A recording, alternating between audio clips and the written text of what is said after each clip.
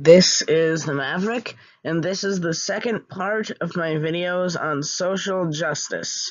Today we'll be covering the the death match between individualism and collectivism. You guys know where I stand, but I'm really going to show this graph and walk everybody through each part of both. There's a good and a bad to both of them, and they share some common ground. So let's get into it.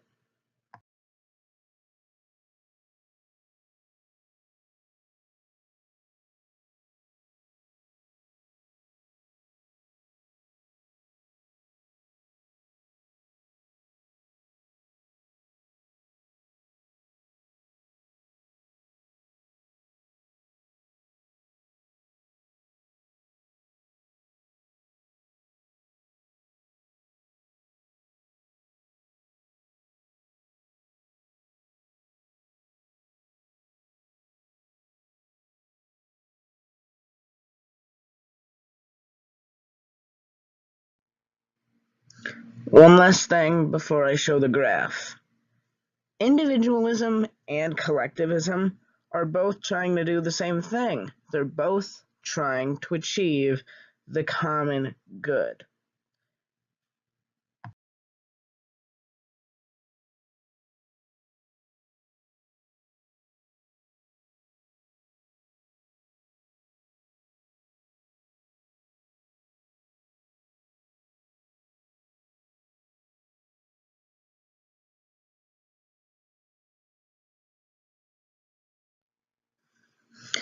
So here it is.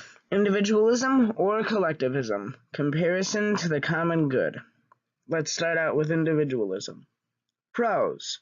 It promotes the concept of equality, allowing for no person to place themselves above or below other individuals in moral standards or rank. So with individualism, it's about what you can make of yourself. It's not about a proclamation. It's not about being born into something. It's about you working to make a better life for yourself. Creates and maintains order through the rules that make up the law, allows for no person to be above the law, and everybody receives equal punishment for any actions that lead to consequence. So in an individualist society, the rule of law allows for nobody to be above it. It also means that if you're accused of a crime and somebody else is accused of the same crime, you should get equal punishment regardless of race or gender, or any other kind of religion or something like that. Mental illness might be an exception here, but let's just stop there and move on. Charter of Rights and Freedoms provides everybody to have their own beliefs and values. It's the right to life, liberty, pursuit of happiness, people. It's in the Declaration of Independence, and it's widely thought out in the Constitution. Everybody has these very special rights that we can't just take away. Private property allows people to have their own possessions and makes them work harder for them. It fulfills a sense of meaning through materials, really. Now, I hear a lot of people talking about materialism, which is a big tenet of capitalism. I'm not going to say that being excessive is good morally, but I will say that we don't have the right to tell people what they can and can't buy, and private property rights gives us really an incentive to work harder because, again, everybody wants what's best for themselves and the people they enjoy. And a great way to ensure all of this is private property rights.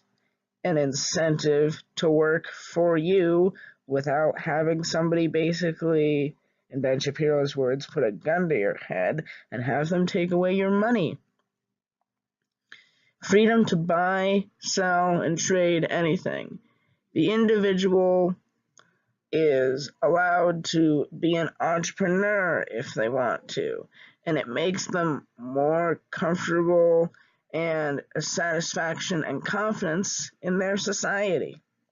When a society is run by a government, one of the huge arguments from a prominent Austrian school thinker is that when you centralize a market, you don't know how much to produce of something, and you don't know what you're going to produce.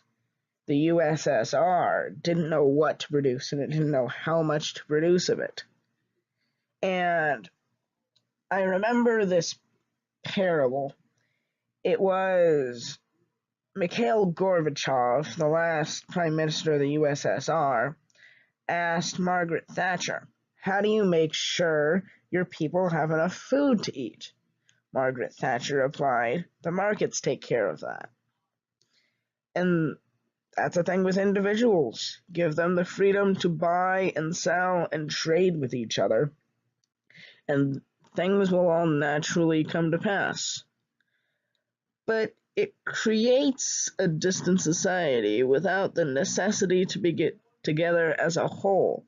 The connection of communities is left distant and obscure. So that's true.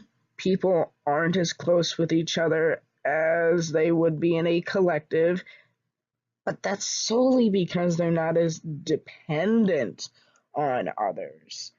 It means I don't have to rely on you to feed me, kind of a thing.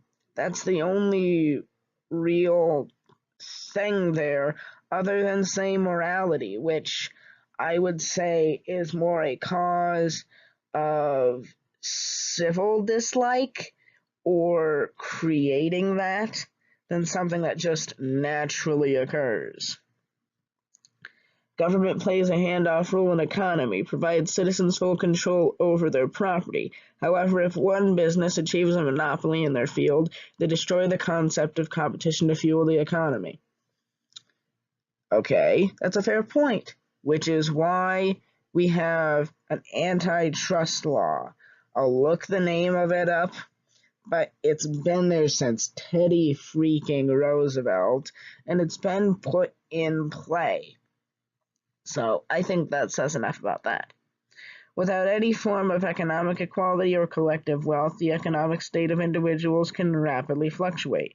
Nobody has a guaranteed income, so the rich can potentially become poor, and the poor can potentially become even poorer.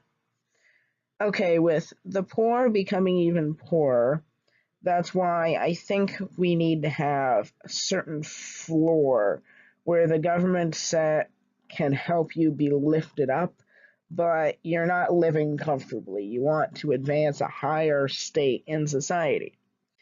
And the rich becoming poor, that's a thing people don't recognize with entrepreneurs. They take risks. They go years without seeing a single penny of profit, put lots of their money into it, and are willing to go into debt solely for an idea so that they could potentially make money later. And that's why they deserve their money. Protection. These are the things collectivism and individualism share. Protection. Allowing citizens to have a comfortable state of mind knowing they are safe. So, I told you what individualism does. They know that they're responsible for themselves and nobody's going to take anything away from them. Collectivism basically has you realize that the government's protecting you. Laws and other regulations set in place to help sustain the basics of life that people strive to obtain. With individualism, it's preventing a tyrannical government. With collectivism, It's making sure everybody is healthy, kind of, and that everybody has enough money to get by. Balance of private and public property to suit people's needs, whether they want to own or simply use specific businesses and operations. So even individualism has public property, and even collectivism has private property. It's whether or not there's a lot of one or less of the other. But both are crucial. Citizens being allowed to own their own material possessions, as well as the ability to buy or sell their own goods to make a profit or suit their needs elsewhere. So collectivism diminishes this, and individualism raises it, but they're both allowed to own things, which makes people kind of feel good, and entrepreneurship gives them another sense of fulfillment. And when it's actual entrepreneurship, that helps drive the economy.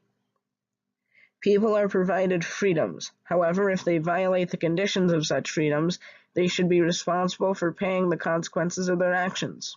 Nobody should be held responsible except for the person causing the act. Okay, I have nothing else really to say to that. Pros of collectivism. Promotes the importance of the needs of a group over the needs of the individual, allowing for more communication between members of a society, resulting in a stronger society altogether. My opinion of the first one is probably a little different than many politicians. I think that a reliance on other people to give you things like food and water and the basics of life means you've decided not to do it yourself. If the state's doing things for you, you're either in really bad straits and the rest of the economy as a whole has to be booming and you just have to be one of the people that loses, which is when the government should step in with a small social safety net, like tiny. But otherwise, I think making a strong society is reliant more on morals, reliant more on a culture of togetherness, rather than the government stimulating a culture of togetherness. Government assistance in controlling the economy helps to try and ensure that all members of the society are able to sustain at least minimal needs for survival. As I said a little bit before, I support a minimal safety net, a small one. When the government tries to do more than like your basic needs to make sure you don't die in a street, that's the only safety net. Like the minimal needs. The welfare system now, we're living comfortably. And when you get a job, poof, it all goes away. So what's the point in working? But I support that small safety net to meet minimal needs. But government controlling the economy, I'll explain that later.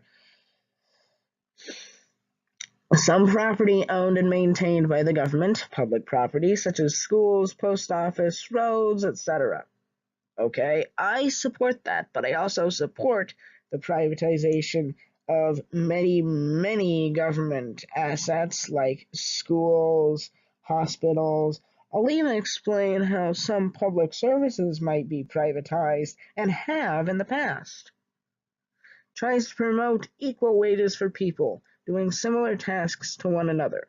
In doing so, there is an attempt at promotion equality between men and women of similar or different racial backgrounds. Okay, I'll tell you why I think certain things like affirmative action programs suck. But for now, I'll say this.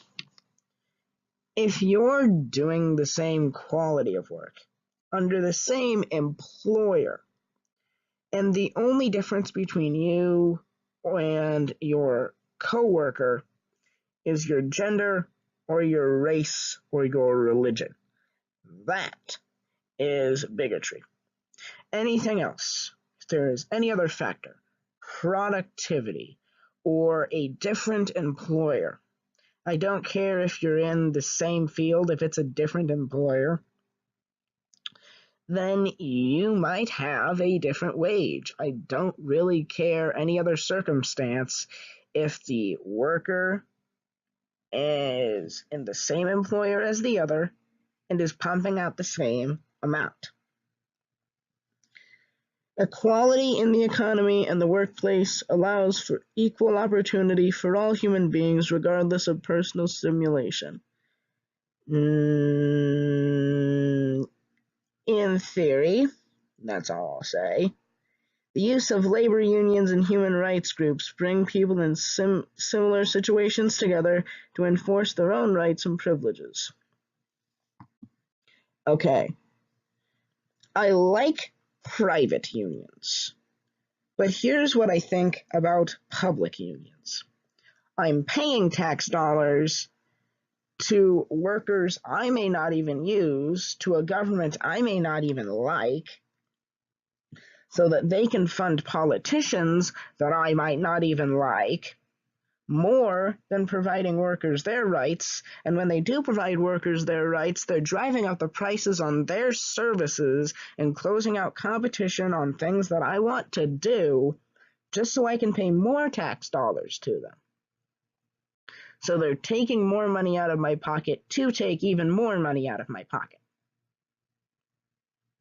Cons. Okay, this will be fun. Public property controlled by the government is maintained by extra taxes paid by citizens. Yeah, I'm not a fan of taxation. I think taxes should be very minimal, and I think the government should only step in when it's absolutely needed. Anything else is gonna lead to tyranny and has many times in the past. Collective responsibility can allow for the whole group taking responsibility for a single individual's incompetence. 2 words: news media. If you see anything about pretty much any group that the media disagrees with or was paid to disagree with, you'll see that they hate Christianity because of the Westboro Baptist Church. And that's just one example. You can't make assumptions about a whole group based off of one offshoot. Because if we do that, then everybody's got a label. Everybody. People who do not provide as much effort as others who may work harder still receive the exact same benefits. Some citizens may not approve of the unfair equality. Like me. I don't want somebody who's not working and getting unemployment benefits, getting the same as a worker who is putting in over 40 hours at a hard job, but it's not a very skilled job. Say it's a canning plant. They don't deserve that kind of treatment. So why would we pay somebody to sit on their couch and get fat and eat chips the same as somebody who's putting in over 40 hours at a canning plant? That's stupid. So I think the way we get social justice is eliminate the labels. But we don't eliminate the labels on victim groups. Because the only people who are victims are the people who are being labeled by mainstream media and by politicians. Not everybody is some oppressive master. That's what we have to realize, that not everybody is our enemy. We can make people our friends, but we don't have to have the government to make people our friends.